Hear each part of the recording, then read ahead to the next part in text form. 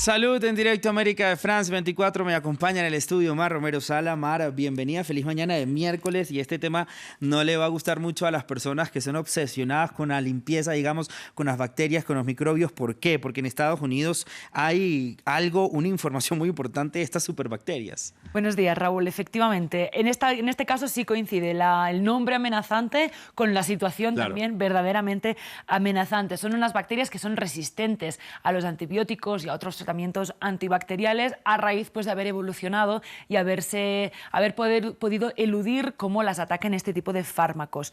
La información es que en los Centros de Control y Prevención de Enfermedades de Estados Unidos han finalmente publicado unos datos que ya anticipábamos desde hace un tiempo, y es que en el año de la pandemia, en 2020, las muertes por infecciones de este tipo de bacterias aumentaron un 15%. En total, 29.400 personas que murieron por infecciones de este tipo de bacterias, 40% de ellas en infecciones hospitalarias, es decir, que se contagiaron durante una estadía en el hospital. ¿Qué nos dice este dato? Pues primero que hubo muchísimas más hospitalizaciones a raíz del COVID-19 en 2020 que en 2019. Ese es uno de los motivos por los cuales aumentaron los casos, pero no es el único. También hay un reflejo de un problema de más años, desde hace tiempo, de usar antibióticos para todo de una forma relativamente irresponsable, y además es algo que veremos acelerado también por la misma pandemia, porque recordemos que durante mucho tiempo, por esa confusión que a veces existe entre los virus y las bacterias, las personas intentaron combatir la infección de COVID-19 y de su virus, del SARS-CoV-2,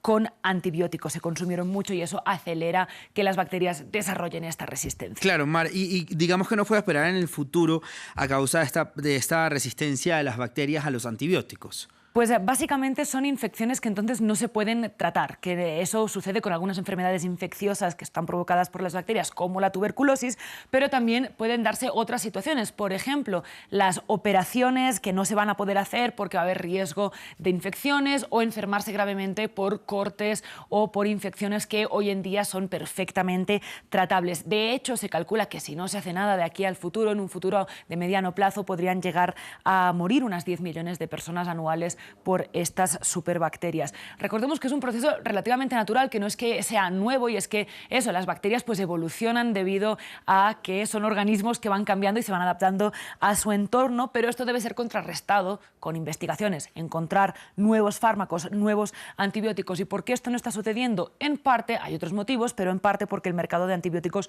no es rentable para las farmacéuticas, ¿no? Al final los antibióticos es un tratamiento de 4 o 5 días, una semana, de unas pastillas que luego te terminas de tomar porque te has curado. Es mucho más rentable investigar en tratamientos de, por ejemplo, enfermedades crónicas, el cáncer, sin ir más lejos. Y aquí recalcar que eso a veces es una de las consecuencias de dejar la investigación y también la producción de fármacos en manos privadas, que se guían al final por los propios intereses económicos. Mar, dejamos a un lado estas superbacterias para pasar a otro tema, porque hay datos que indican que los oxímetros podrían estar leyendo mal a las personas que no son blancas. Así es, Raúl. De hecho, no es la primera vez que se aporta evidencia de esto y no se ha hecho nada al respecto. Recordemos que los oxímetros son esos aparatos que se ponen en el dedo para medir la saturación de oxígeno en la sangre, saber si esa persona tiene oxígeno o no. Se trata de un estudio con datos de unidades de cuidados intensivos de un hospital en Boston. Se publicó en la revista médica JAMA, y básicamente cuando revisamos aquí las cifras es un coeficiente que sale de varios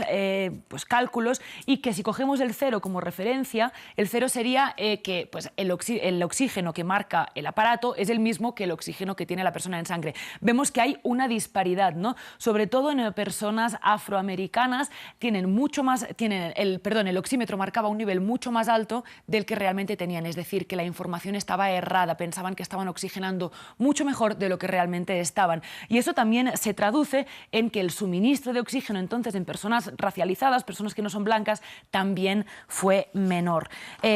Pues, ¿por qué sucede esto? Repasemos, ¿no? El oxímetro, lo que hace es mandar como una luz infrarroja y roja a través del dedo, y eso puede medir la cantidad de oxígeno que hay en la sangre, porque la sangre con oxígeno la refleja y la absorbe de una forma distinta a la sangre que no tiene oxígeno. Pero ¿qué pasa? Que sabemos que el pigmento de la piel, de hecho, incluso tener las uñas pintadas de negro, puede interrumpir o hacer que eso no funcione bien. No se ha hecho nada al respecto, a pesar de saberlo, y también, de nuevo, es un ejemplo de lo que sucede cuando se asume que todo el mundo es blanco o se hacen instrumentos solo para esa población.